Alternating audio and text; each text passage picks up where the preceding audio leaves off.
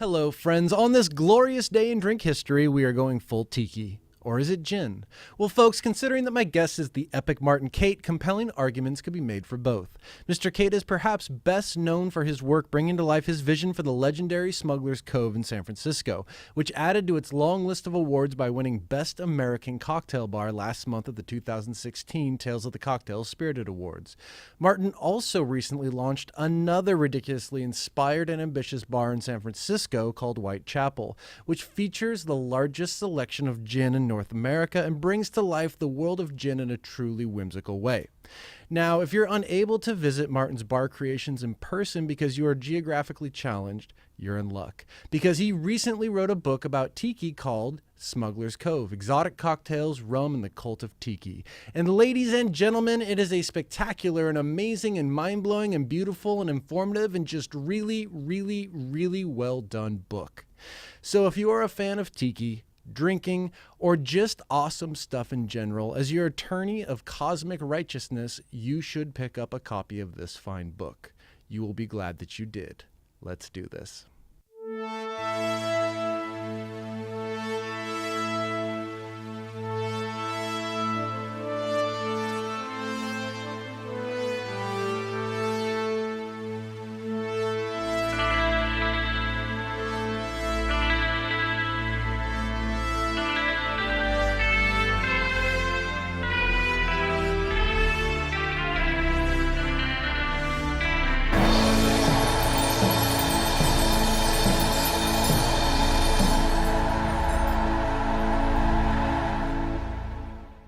This episode of the Educational Drinking Show is sponsored by Luxardo. You all know and love Luxardo for their legendary maraschino liqueur and maraschino cherries for garnishing. But did you know that there is so much more to Luxardo than maraschino? That's right, folks. A full range of Luxardo liqueurs is available for your cocktail creativity, including Amaro Habano, Bitter, Aperitivo, my personal favorite, Luxardo Apricot, and the newest offering, Bitter Bianco. Good stuff. And with that, it is my great pleasure to share with you my interview with Martin Cate. So you just had a book come out. I did. Yes, you did. It's true. Let's start there and work backwards because there's a lot of ground to cover here. Sure. So what is this book?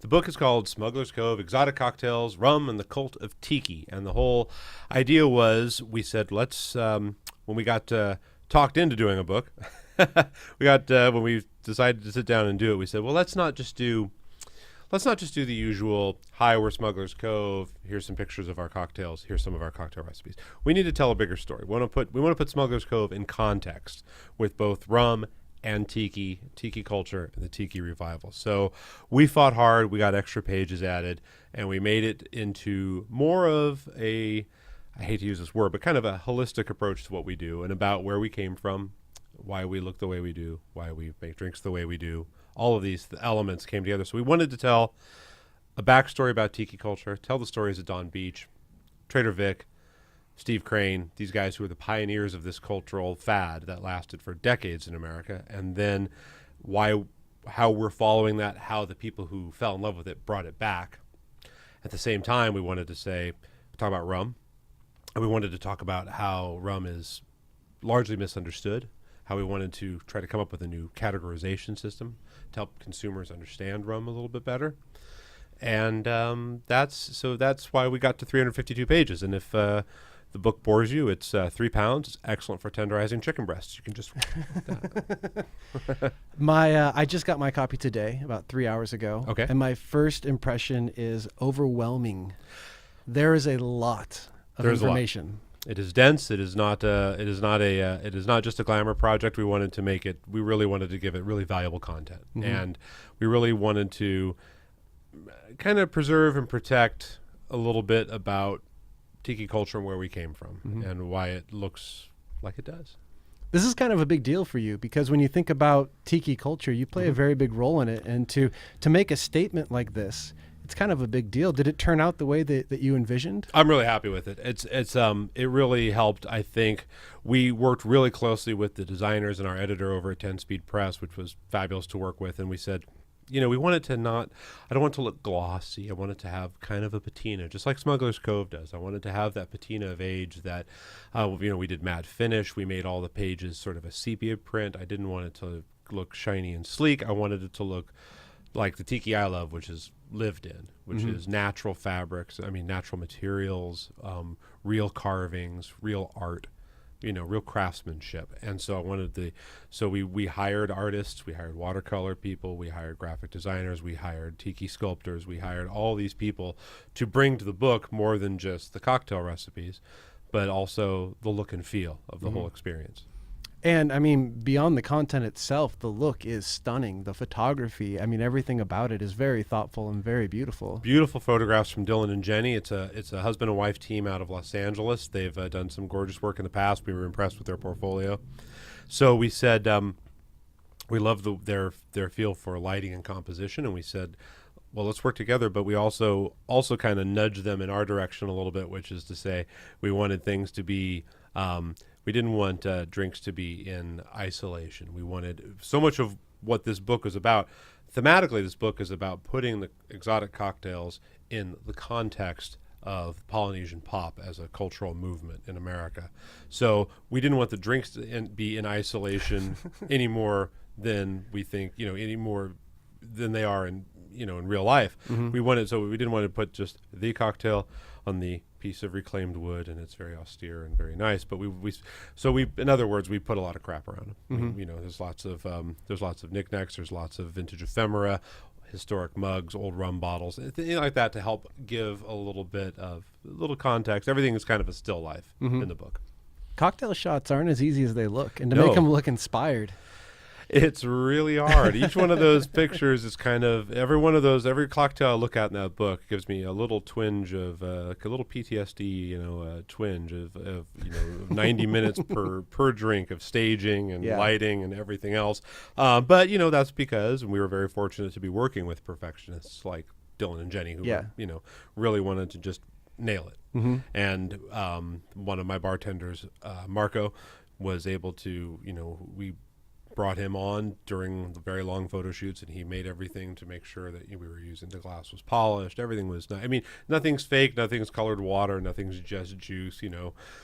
We used the rum. We wanted it to actually have the exact color of the drinks. They're all real drinks in the pictures and things. So I don't know anything more about food styling other than, well, this is the drink. Let's actually shoot the drink.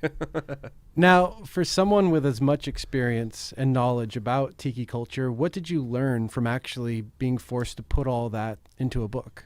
Well, what was great was I did a little bit more research about some of the historic figures, but also we did these profiles of some of the revivalists, some of the people who were really important in the 80s and 90s to bringing back Tiki culture, and Sven Kirsten, Otto von Stroheim, and of course with the cocktails, Jeff Barry.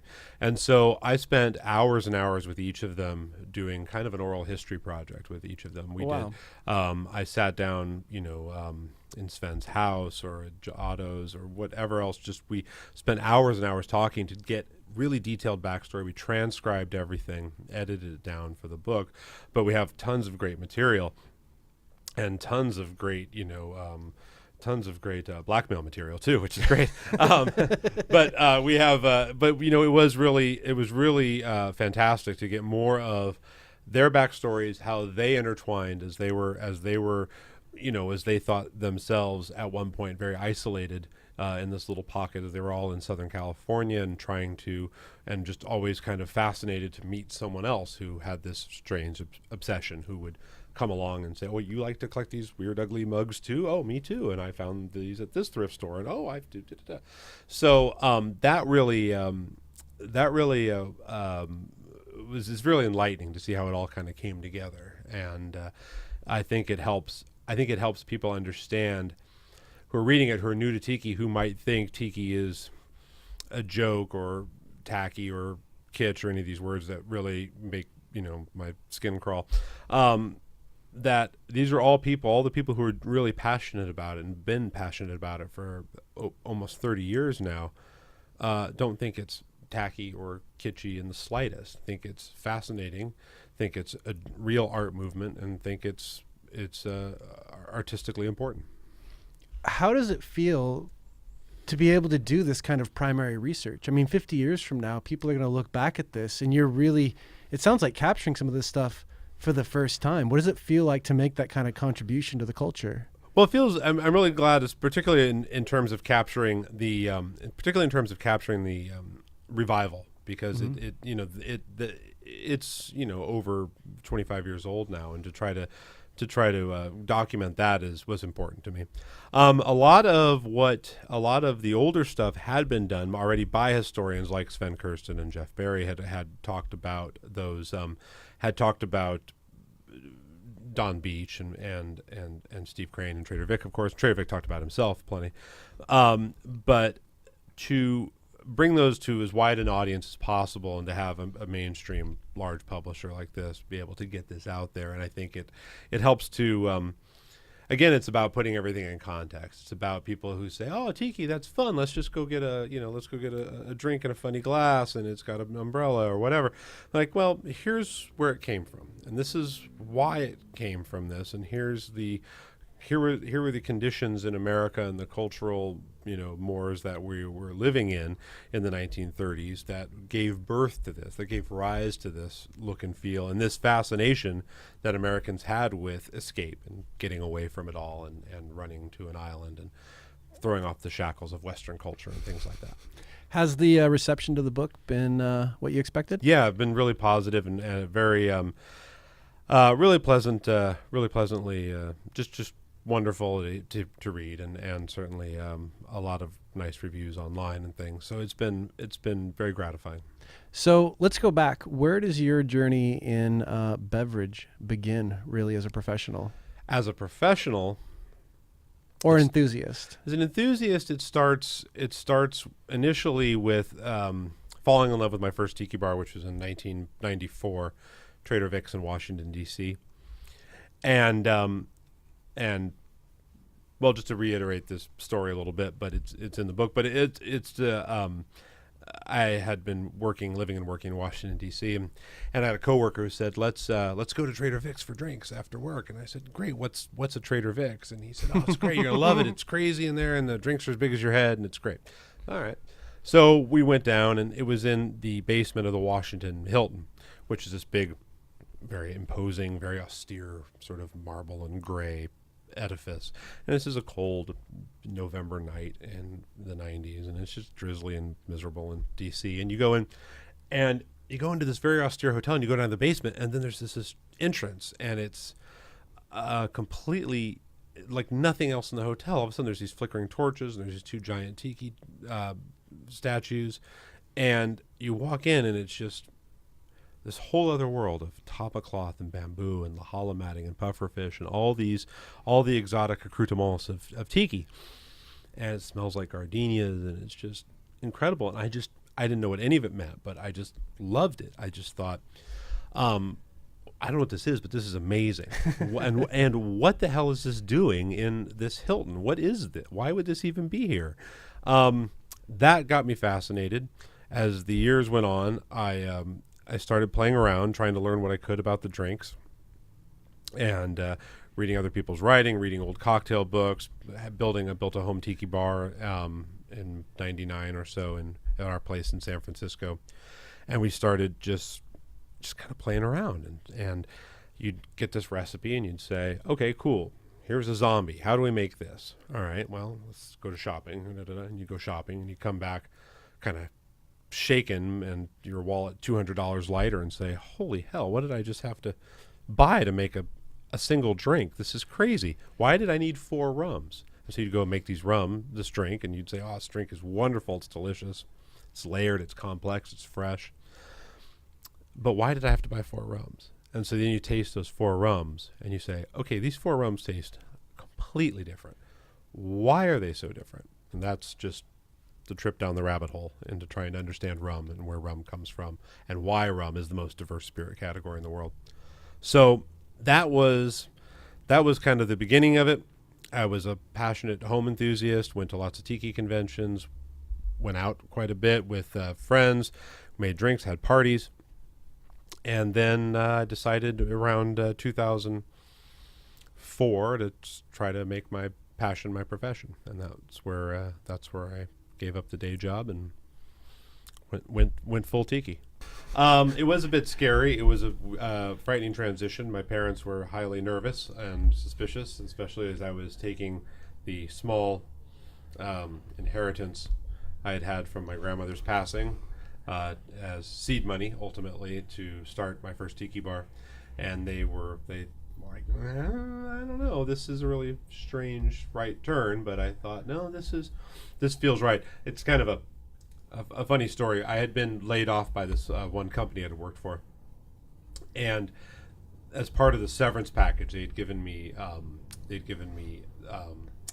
some hours with a therapist who was a therapist who specialized in career transitions. And I thought, okay, that's great. I'll give that a shot. So I went over and I had several sessions with this therapist and kind of poured my heart out to her and told her, I don't know what I want to do. I feel like I'm adrift. I'm not sure. I've poured everything into this industry and this career that I've had for so long. And I said, well, I'm just trying to think about what I want to do. And I'm not sure I'm really great at anything. I'm good at a lot of things, but I'm not great at anything. So nothing's jumping out. I started thinking about it. I said, well, I do sales. I'm really good at sales. I'm good at customer service. I've got some good organizational skills. I've got some good business acumen. I said, I think I've got all the necessary sort of pieces of a puzzle to own a tiki bar, to own and operate a tiki bar. And she kind of turned white when I said that and looked sort of aghast. And she just she said,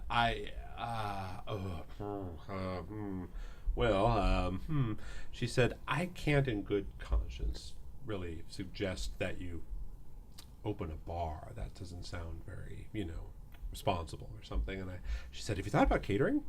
And I said, okay, okay, maybe catering.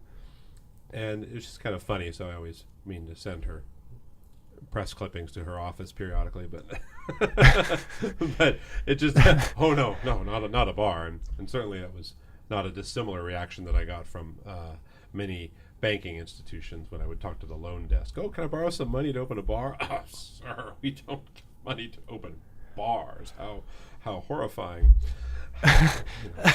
So anyway, that must have been discouraging. It was a little discouraging, but through fair means or foul, I managed to scrape some money together, and here we are.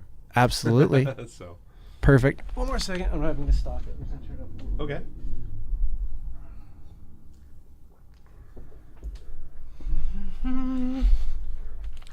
So did you already know the kind of bar that you wanted to do? Yeah, I had a really good idea. I'd been spinning around in my mind and my imagination for a long time, and what I wanted to do was to create a really completely immersive experience, but bring the ethos of the then sort of burgeoning craft cocktail movement to the experience as well. Partly because when you really look at what people did in the 1930s, when you look at what Don the Beachcomber did, and it was all fresh local citrus, and it was all house-made syrups, and it was all really quality spirits, it's not exactly dissimilar. In fact, it is craft cocktails. It is still really beautiful quality drinks. Now, what we had to do was, in making a great tiki bar and bringing that experience together and bringing not just the decor but the quality of the cocktail together kind of again for the first time, was to say we also had to overcome 30-odd years of terrible impressions of what tropical drinks are. Because as all these tiki bars started to close in the end of the 60s and into the 70s and 80s, and everything shut down, and all the secret recipes were lost, and all the bartenders retired, and there was no means or way of collecting all these recipes, they just started to fall. So you had not only these great recipes and these great talents behind the bar being lost and scattered to the wind, but you also had this simultaneous rise of really crap cocktail ingredients like powdered sour mix, coconut snow, instant this, instant that, lower quality rums, anything, just artificial stuff, and corn syrup and everything else that started to rise. So pretty soon people were saying, well, hey, who cares? These people are just on vacation. Let's just give them something pink and slushy and put an umbrella in it, and nobody cares anymore. So, that's what people got used to when you got off the plane in Honolulu and they handed you this terrible pink slushy thing. that was in your mind the exotic cocktail now, and that had been for decades because of the sort of the devolution of cocktails, particularly exotic cocktails. So not only did we need to show that exotic cocktails, when made correctly, are wonderful, we also had to overcome all this prejudice. Like, you can go somewhere and get a dive bar and get a bad Manhattan, right? I mean, you'll go get, it'll be shaken. They'll forget the bitters. The vermouth will be 20 years old and really awful, right? But what you will be presented, foamy and shaken and awful and everything else, what you'll be presented is recognizable as a Manhattan. There's something, the bones are there. The DNA of the Manhattan, as terrible as it is in that drink. But if you went to that same bar and said, give me a Mai Tai, they would pour you whatever was in front of them, typically orange juice and pineapple juice and whatever light or dark rum and a bunch of grenadine, and you just get this sickly sweet abomination that didn't have anything to do historically with a Mai Tai, or what a Mai Tai was. I mean, Mai Tai fell further than any other cocktail. It just completely devolved into nothing. I mean, most Mai Tai recipes you would find online until relatively recently didn't have one single correct ingredient in it, not one. So how do you got to shake that back. You got to say, when people come up and say, you have a guest come in and say, I'm sending this Mai Tai back. Is there something wrong with your Mai Tai, sir? Yes, it's not red. Well, here's the thing. They're not red. And I know you've been served a lot of red Mai Tais, and I'm really sorry about that. But this is actually all it is. It's a much simpler cocktail than you might imagine, but fresh and lovely and uses great rum. So we had to do that too. So we had a lot of projects, and that had to get over that hurdle. So that was the genesis of my first tiki bar, which is over in the East Bay in Alameda, Forbidden Island. Mm-hmm. And that was I had this backstory for the place. I like to come up with a backstory. Like, what is this place? Well, it's the hull of a ship, and it's been patched up and all these crazy things. And our designer, Ben, totally understood that. He's like, I got this. So, we took a really cool freestanding 60s bar and made it really sexy and gave it a nice atmospheric experience and a nice transformative experience. And so that was kind of the beginning of the rebirth. And then Smuggler's Cove is where I took it to kind of the full extent. Is where I wanted to be. When was that? Smuggler's Cove opened in 2009. Okay. Right at the end. So that was, I wanted to do tiki, even more decor, more historic pieces, more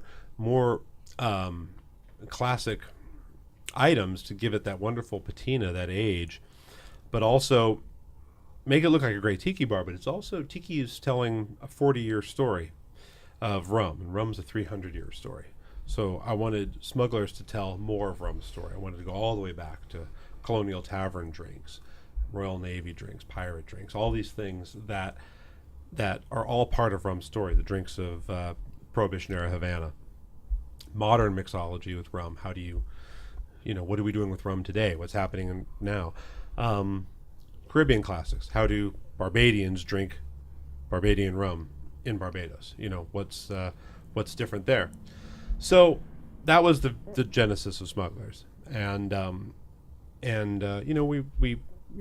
very proud of my little hole in the wall. It's amazing to me that your foray into bars began with not having any direction. I suppose not really. I mean, I had an idea. I had a vision. I mean, before Forbidden Island, I was a bartender at Trader Vic's. And I famously got that job by, my resume was a photograph of my home tiki bar.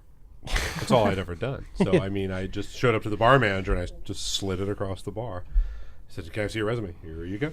I slid it across the bar, and he said, and he kind of gave it a few minutes, and he said, oh, I can work with this. Okay, you're hired. I mean, that was it. That is note for note and duration, the total, that was it. That's the interview. I just reenacted it in its entirety. What about you causes you to take things so far? Because when you see the end result, hindsight's 20/20, like, obviously, right? But with every project that you've done, it seems like you try and squeeze every last ounce of potential out of the vision. Masochism, probably, is the fundamental thing. I think it's I have a real passion for creating a complete experience for a guest, and from from the drink to the atmosphere to the service, all of it working in concert to take a guest somewhere else, and whether or not that's what Smuggler's Cove is doing, and whether or not we're doing that at and same with Whitechapel, where we're trying to take people to this Victorian underground station, imaginary space. I am fond of something that was far more popular in mid-century America and before of this of experiential dining and drinking, and art and architecture that celebrated artifice and didn't celebrate sort of modernism and sleekness, but celebrated artifice and the decorative arts, and really took you somewhere else, because people in America absolutely loved it, whether or not it was your ski lodge themed place, your conquistador place, your ye olde English pub thing, whatever your concept was, people wanted to have an experience with their dining, that their dining and their drinking said, more than it could do than if you were just drinking at home. It was a transformative experience. It took you somewhere else, because the hospitality, the atmosphere, all of these things worked in concert to create a more complete experience in my mind. So that's now that tends to be, because in the words of Sven Kirsten, the forces of modernism sort of won, and much of what we love, that art is kind of relegated into the world of theme parks and the like. But I think there's real artistry and there's real craft in building those experiences, and it's the people who build those spaces, who carve those tikis, who sculpt those ceramic mugs, who do all the things we need to make tiki an experience. And I think tiki it's hard. At the end of the day, it's really hard to deliver a complete experience, a complete visceral experience, and it does take lots of work with artists, mixologists, musicians, everything that's involved in doing it. It is not cheap, it is not easy, and it is an aesthetic that takes a lot of time to understand. Can you talk about achieving, not just the vision, but making them viable from a business standpoint? How difficult was that? It's really hard, and I tell people frequently that you kind of have to put on. It's like putting on blinders. You have to go into it with a fundamental and innate belief that it's going to work. You have to be utterly convinced to pour everything into it. You can't second guess it. I like to say it's really like driving on the freeway. If you stop and think about what you're doing when you're driving on the freeway, you will scare the hell out of yourself. If you just give it a moment's thought, if you realize you're all hurling past each other in steel death boxes, and that you're counting on every single person around you to have the same sense of self-preservation that you do. Mm-hmm. Woohoo! Hope it works, right? Like, don't think about it, because you'll just freak yourself out. And that's the same with going into these bar projects. It's like, just focus on getting everything right and doing it right and executing all of those elements, and then hopefully people will respond. It was by no means, Smuggler's Cove was by no means a slam dunk. I did not know how the city of San Francisco would react to it. I didn't know if they would be into it. I didn't know if they would be dismissive of it. I didn't know if it was going to be met with cynical eye rolls and whatevers, and just this kind of a sort of tired cynicism about anything that seems to be approaching something in a non-ironic fashion. And because that's what it is for me, and that's what I think makes the most successful tiki bars, are the ones where there's not a sense of opportunism, or you don't approach it from a sense that it'll be fun because it's so kitschy. We take it really seriously. Mm-hmm. Like, I think the art and artistry behind the tikis and everything else, and the musicians and all the things that go into it, are not kitsch in the slightest. Mm-hmm. I think it's a pop art movement, and I love it, and I'm passionate for it, and I love selling it. Now, I can't speak to my guests. My guests probably frequently think it's kitschy or silly or tacky or whatever else. All I care about is if it makes them smile. If they're smiling, that's great. No problem. If you think it's all a big bunch of goofiness, and that your drink on fire is just silly, or the glass that you're drinking out of is silly looking or whatever, Fine. Are you smiling? Are you happy? Great. In order to make them happy, I've got to approach it seriously, and I think guests, even if guests walk into Smuggler's Cove, they may not be able to make, just as I did in 1994 when I walked into Trader Vic's, they may not make any sense of it. It may not mean anything to them, the carvings, the historic pieces, why this old vintage ad for this tiki bar means this or says this or anything else. But everybody who walks into Smuggler's Cove can appreciate the fact that none of it's cheap and none of it's fake. It's all real. It's all stuff from old tiki bars. It's all maritime salvage. It's all nautical, flotsam and jetsam. It's all World War I, World War II memorabilia, old rum memorabilia. It all it all has a history. Everything has a story to tell in the bar. And even if you don't know what that story is or why it's there or what it means something. And people respond to that sense of, I'm not looking at, they didn't go to Party City and buy a bunch of cruddy backyard barbecue party masks. They clearly, these were carved by someone's hands. Yeah. A real artist really carved these items. This is art. This isn't mass-produced junk. I loved your analogy about driving on the freeway and thinking about it. When you think about your experience bringing Smuggler's Cove to life, do any moments stand out to you where your commitment to the vision was really challenged? You're like, man, I don't know if this is going to come together.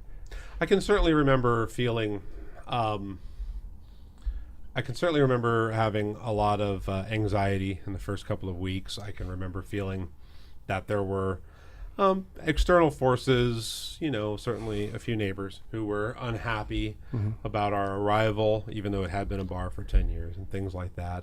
And there's just this sort of, it does fundamentally get you down. Yeah. There's this sort of, when you go out and someone just says, I hope you fail because you're bad for the neighborhood or whatever else.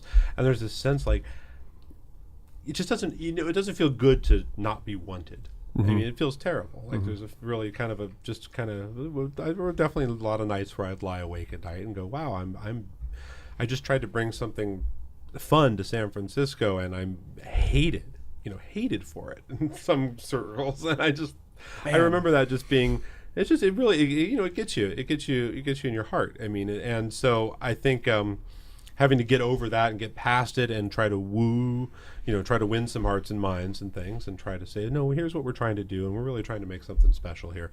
We're trying to uplift the neighborhood and we're trying to give people a really memorable experience. It probably pushed me harder and made me work more. So, so those were definitely moments. There were, it's an awkward little space. It doesn't have any storage. It's shoehorned in a weird way, and it's chopped into 3 stories, and which turned out to be kind of advantageous because it makes the space kind of dynamic and interesting. But it definitely, sure, there were struggles. There were definitely struggles. You can pinpoint the certain design elements where it's clear we had run out of money. The bar top's really nice. Well, it could have been nicer, but we were broke. At that point, I was out of money. And to have a vision that was so grandiose and inspired, how does it feel to see it not just come together, but really come together and work and touch so many people? It's unbelievable. It really is. There was no master plan. I mean, I just had a vision and a passion and something I really wanted to get across, and I didn't know if it would work at all, and I didn't know if people would like it at all. So to see people coming and enjoying it, and to see, we had our book release party last week at the bar, and we had these long lines all night, and just so many old friends coming out who've been great friends. We've either met their old friends, great regulars who became great friends, kind of coming up to you and just lots of hugs, and it just really felt it felt really amazing. It was very it was really heartwarming, and just there was a lot of love in the room, and it was really touching. So it is because it's always, there's so much work and there's so many hours that there's never quite enough sleep. So it's always kind of, everything has a little bit of a kind of delirious quality to it. Like I'm never quite fully awake.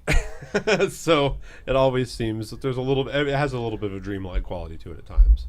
But it's remarkable, and it's a real testament to an amazing staff that's kept it just cranking. So Then how do you go from opening and succeeding with one of the great tiki bars in the world to wanting to open up not only a gin bar, but a gin bar that clearly aspires to be one of the great gin bars of the world? it was, the concept for Whitechapel came from one of my opening managers, Alex Smith, and he said he came to me a couple years ago, well, 4 years ago now, and he said, "I've got all these business ideas. I've got these great business concepts." And there was, I think, 9 of them or something, and I liked them. I'm like, "Wow, these are really good. These are fleshed out. These are smart. These make sense." None of them were grabbing me though. But then there was one for a gin bar, and I thought, that's cool, because I love British stuff. I love gin. I love the history of gin, and his vision was, well, let's do this bar with a cool gin selection, a cool gin menu. And I said, that's awesome. I said, but what we got to do to make it a little different is we got to run it. The joke is, I call it running it through the Smuggleizer, and little hand crank, and that means, okay, gin bar, that's great. No, we got to do. It has to be the most gin in North America. Check. It has to be the largest gin menu in the world, a complete historic survey of centuries of gin cocktails. Check. It's got to be experiential. It's got to be a space that transforms, that takes you out of San Francisco and puts you somewhere else entirely. First thing, you walk in, we spent years looking for a space. We walk into that space, like, great, cover the windows. First thing, cover the windows. Why? Well, it's not going to have any natural light. It's going to be gloomy. I'm like, it's a subway station. Have you seen windows in subway stations? They're underground. So, boom, get rid of that. And then that education. Get consumers excited about gin. So we have our gin club. So you can, just like we have our rum club at Smuggler's Cove, that you check off, you go through the different, it's kind of a self-guided educational thing. You taste different gins, you compare different tonics with gins, you do all these different things, taste Old Toms and Navy Strengths and London Dries and Genevers and all this stuff. And to get people into it, to get people invested in the category, to make people better consumers. It's super important with rum, with our rum club at Smuggler's Cove, because there's so much bad rum information, and you can go to a great liquor store, but chances are good that nobody there really can explain the rum department to you. So I'm trying to make informed consumers who go through our education process, and then they walk into that retail shop and they go, I hate that rum. I hate that rum. I love that rum. I'm going to buy that rum tonight. That's the rum I want. Or that rum is perfect for the drinks I'm making tonight at home. I'm going to buy that rum. So that I love. So we're trying to do the same thing with gin. So that's been fun. A lot of people sign up for the club, drinking their way through all these different gin things. But gin poses a kind of a unique challenge, a different challenge than rum, at least. Rum already sort of telegraphs a good time. Rum already says fun. Rum already says beaches and sunshine and tiki bars and everything else.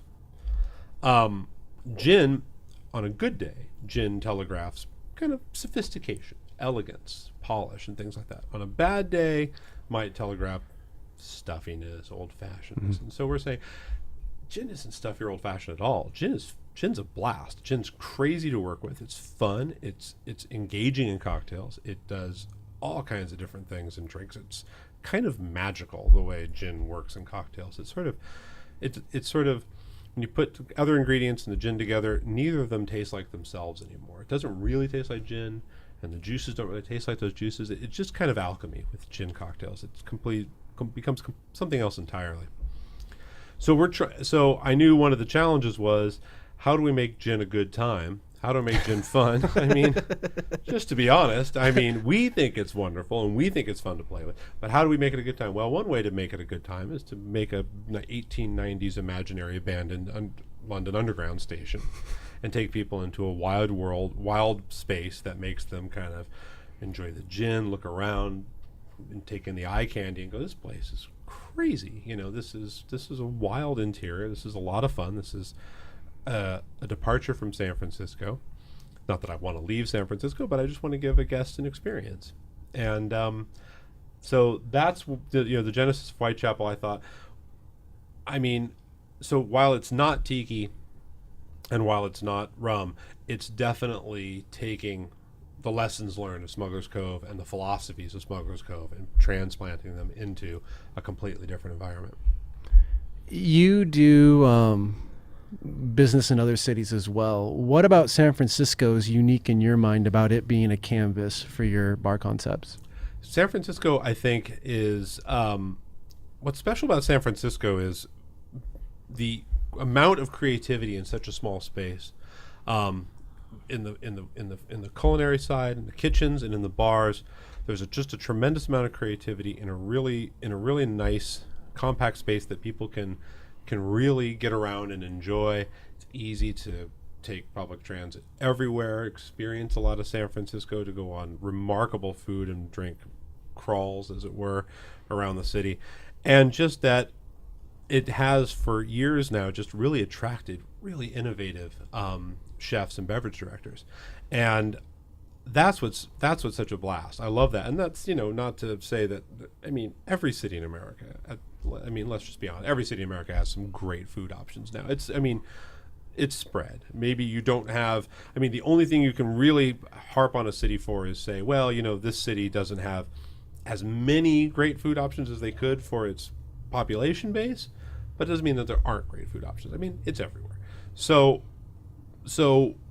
But what's special about, I don't know, I grew up in the Bay Area. Mm-hmm. I'm a native, and this is sort of, this has always just been home for me. I love the setting. I love the city.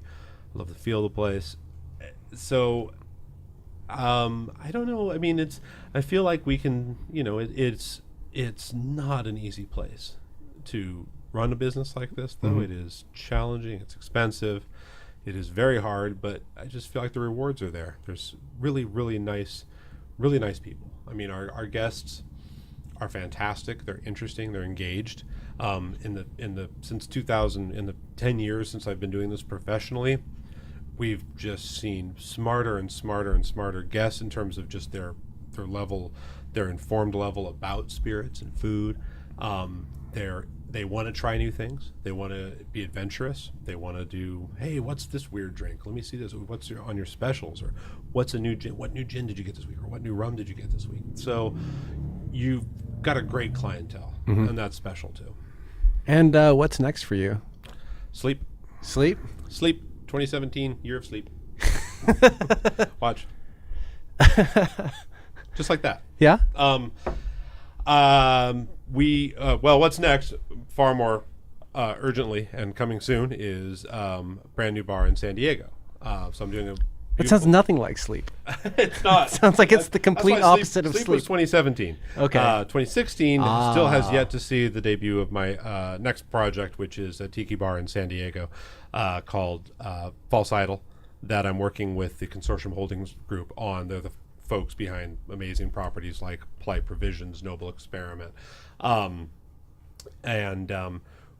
We wanted to do, I had always thought San Diego would be a killer market for a tiki bar. Absolutely. Great people, great setting, great tiki history, in fact. A really important city historically for tiki in America.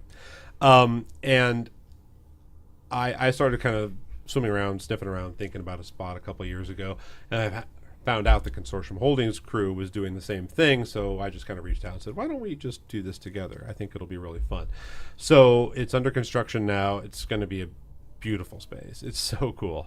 It's